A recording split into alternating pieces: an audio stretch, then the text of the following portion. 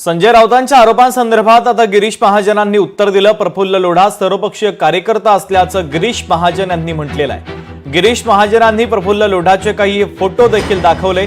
शरद पवार उद्धव ठाकरेंचा देखील लोढासोबत फोटो आहे असं महाजन यांनी म्हटलेलं आहे। प्रफुल्ल लोढाचे अनेक नेत्यांसोबत फोटो असल्याचं महाजन म्हणतात।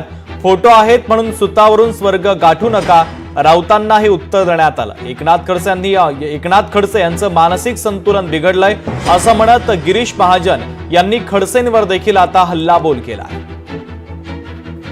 हा जो लोढा आहे हा सगळ्याच पक्षांना त्यांनी त्या ठिकाणी प्रवेश केलेला आहे। सगळ्या पक्षांच्या नेत्याबरोबर त्याचे त्या ठिकाणी फोटो आहेत, सगळेच आहेत। म्हणजे त्याचा कुठलाही एखादा पक्ष असा सुटलेला नाही की ज्या ठिकाणी नाही तो गेला नसेल। इथे बघा अध्यक्ष आहेत जयंत आमचे राष्ट्रवादी काँग्रेसचे अध्यक्ष, त्यांच्यासोबत सतत चर्चा करताना ठिकठिकाणी त्याचे फोटो त्या ठिकाणी आहेत। दुसरं पवार साहेब आहेत, हे तर आपले मोठे नेते आहेत, त्यांच्यासोबत तर अशी चर्चा करते की आता काय करतात काय नाही समजतच नाही मला तर। म्हणजे इतकी गहन चर्चा दोघांमध्ये त्या ठिकाणी रस्त्याने चालताना झालेली आहे। इथे पवार साहेब बरोबर आहे, पण माझा त्या गोष्टीचा काही आक्षेप नाही आहे की बाबा यांच्यावर फोटो कसा घ्यायला म्हणून। आता राऊत साहेब ज्या पक्षाचे प्रवक्ते आहेत, आता बघा उद्धवजींबरोबर हा स्वतः चालून आला आहे।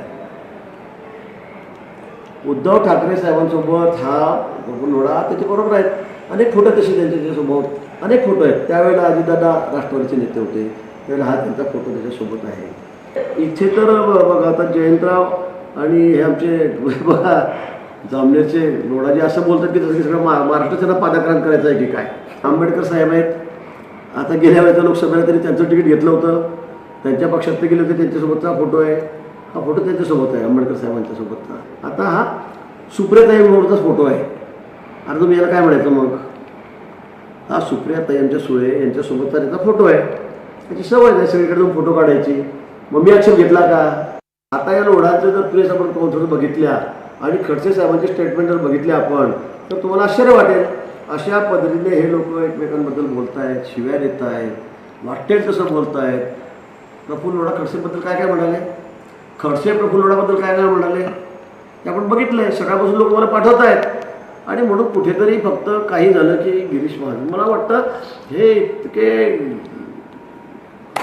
त्याचं काय बोलावं खडसेबद्दल मला कळत नाही खरं। म्हणजे काय झालं, सगळ्यात दूर अपयश, कुठेही यश नाही।